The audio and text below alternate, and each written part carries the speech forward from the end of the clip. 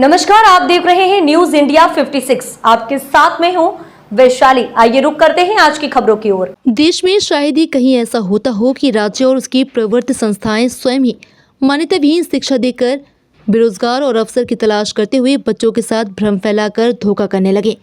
मध्य प्रदेश में ये सालों साल से हो रहा है। मध्य प्रदेश सरकार ने 16 दिसंबर 2024 को विधानसभा के प्रश्न क्रमांक 1047 के उत्तर में यह बताया कि बैचलर ऑफ इलेक्ट्रो होम्योपैथी और सर्जरी नाम से किसी कोर्स को सरकार के आयुष विभाग द्वारा मान्यता प्राप्त नहीं है। उत्तर में यह भी बताया गया कि इस तरह की किसी काउंसिल को न तो मान्यता दी गई और न ही किसी अधिनियम के तहत इसका गठन किया गया। सरकार ने यह भी बताया कि भविष्य में भी BEMS नामक किसी कोर्स को न तो मान्यता देने का विचार है और न ही सरकार ऐसा कोई अधिनियम बनाने पर विचार कर रही है। इतने स्पष्ट उत्तर के बावजूद मध्य प्रदेश सरकार का शासकीय अटल बिहारी वाजपेयी हिंदी विश्वविद्यालय में इन कोर्सेज का शिक्षण कार्य किया जा रहा है।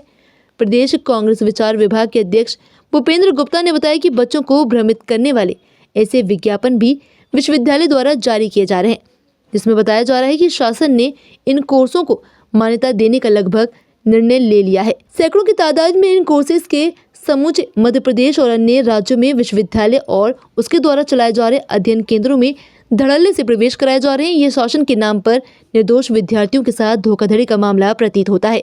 व्यापक स्तर पर ऐसे गैर मान्यता प्राप्त कोर्सेज को लागू कर करोड़ों रुपए प्रवेश एवं कोर्स की फीस के रूप में वसूले जा रहे हैं। और ऐसे ही विज्ञापन ये यूनिवर्सिटी जारी कर रही है। ऐसे ही विज्ञापनों इनके जो है ये साक्षी सहेली महिला कल्याण समिति जारी कर रही सतना में। ऐसे ही विज्ञापन जो है ये नरसिंहपुर में इनका 304 नंबर का अध्ययन केंद्र जारी कर रहा है। ऐसा ही इनका 392 नंबर का अध्ययन केंद्र जारी कर रहा है। ऐसा ही इनका 525 नंबर का अध्ययन केंद्र जारी कर रहा है।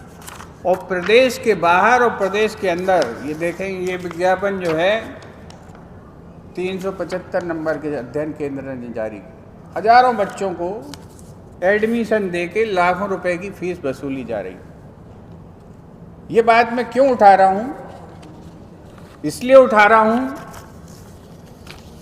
कि 16 दिसंबर 2024 मध्य प्रदेश की सरकार ने विधानसभा में ये सवाल हमने कांग्रेस के लोगों ने लगाया था संजय उइके जी के हमारे विधायक के माध्यम से, और वो सवाल मैं आपको सुनवाना चाहता हूं और उसके बाद आपको समझ आएगा कि ये विज्ञापनों की कापियां मैं क्यों दिखा रहा हूं।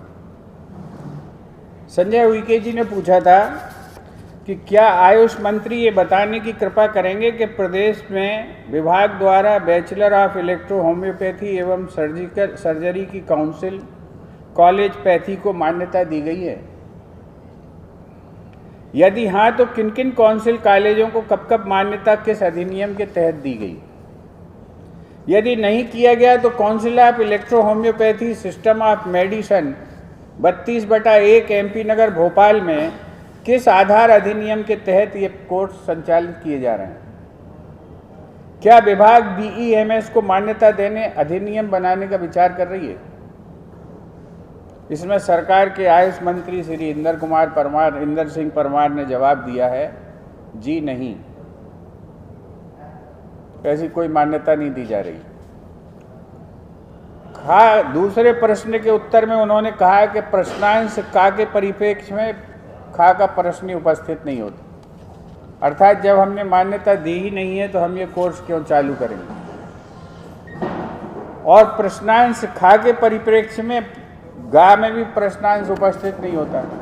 मतलब कि ये जो संस्था जो ये करवा रही है कोर्सेज चालू, ये संस्था सरकार इसको स्वीकार नहीं करती, मान्यता नहीं देती। इस खबर में फिलहाल इतना ही। आगे की तमाम अपडेट्स जानने के लिए जुड़े रहें न्यूज इंडिया 56 के साथ। नमस्कार।